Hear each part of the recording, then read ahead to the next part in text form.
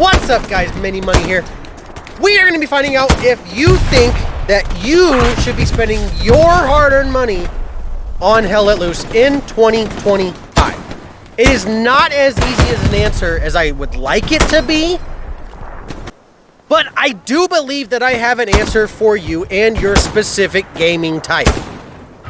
All right, now, just to give you some context of what I have going in my head of what I think you're going to like versus whatever, I played Battlefield Bad Company 2 when it first came out way back in the day. I was in middle school when it came out. I played Call of Duty World at War, online campaign, Call of Duty Modern Warfare 2, the first one, and I loved them both. I loved the Battlefield franchise, and I loved Call of Duty, okay?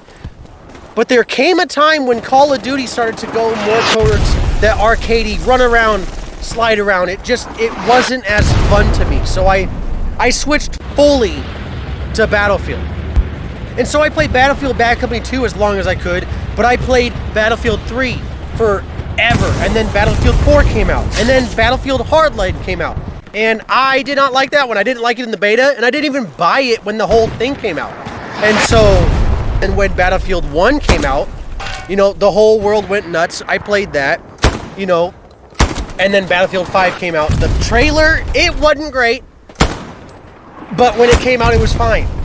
But eventually you get to a point where you're like, I want something better. I don't want, you know, when 2042 came out, a lot of people, myself included, thought it was more towards the Call of Duty side of gaming. It was more run and gun. Yes, you still have Conquest, you still have Rush, but in the Portal, but it didn't feel Battlefield to me. And then I found Hell Let Loose. Hell Let Loose is not Call of Duty. It is not Battlefield. It is a game section of its own. I get it, you have Arma. Hell Let Loose is a World War II shooter that you use team aspects, not Battlefield where you have your little squad and nobody talks to each other. You have aspects. You actually have to use each other to help the entire team out. Not just your little squad, the entire team. You have the commander and everything. And if you have a bad commander who's not putting supplies down or airheads or helping put garrisons down, you can kick him out and vote someone and have someone else jump in there like a good squad leader, and you can have an even better game, because if you're not getting garrisons down, you're not getting forward to the line where you can actually start advancing the whole team. Now I will say, if you are one of those people that likes the arcadey feeling, in my opinion, of Call of Duty and of 2042, which they kind of fixed 2042, but if you don't like running to your objective and it might take a minute or two, if you like, you spawn in, you get in the action right away, this might not be the game for you. I'm going to be honest.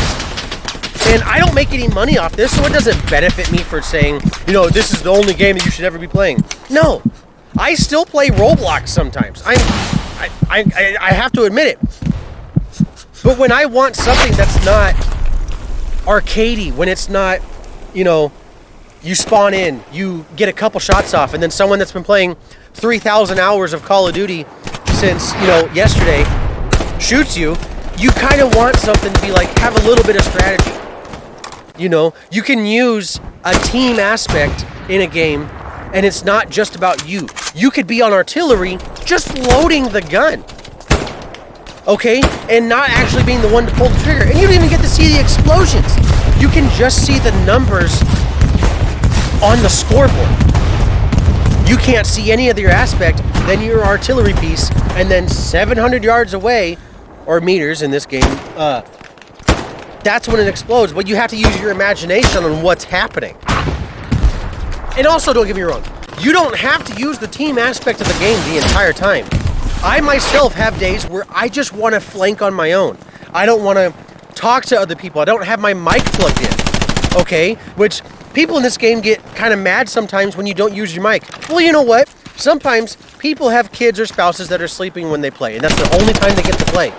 And if you're sitting there kicking them out of squads because they're not using their mic, sometimes they're not able to, okay? Sometimes people just like having fun.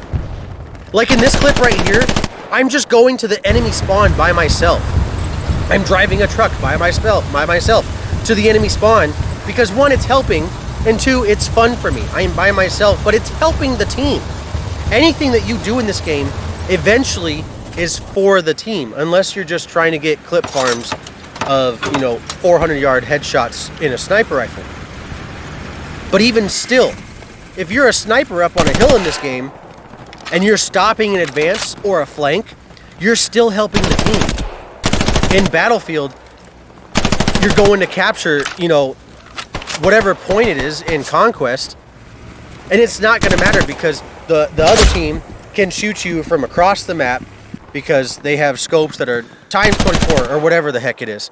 In Call of Duty, they can spawn in or they can fly, and even 2042 you can fly and shit. It's been so long, I don't 100% remember what all they have in those games anymore, because I haven't even bought any of the Call of Duties since the last World War II one that sucked. So what I'm basically trying to say is, if you just want something a bit better, a bit not Call of Duty, or not Battlefield of recent, choose Hell Let Loose, or even Insurgency Sandstorm. But that's all I got for you today, so if you'd like to subscribe, go ahead down there and press that subscribe button. Press the like button, it would help me out a lot. If you want comment on anything that I said. But either way, have a great day.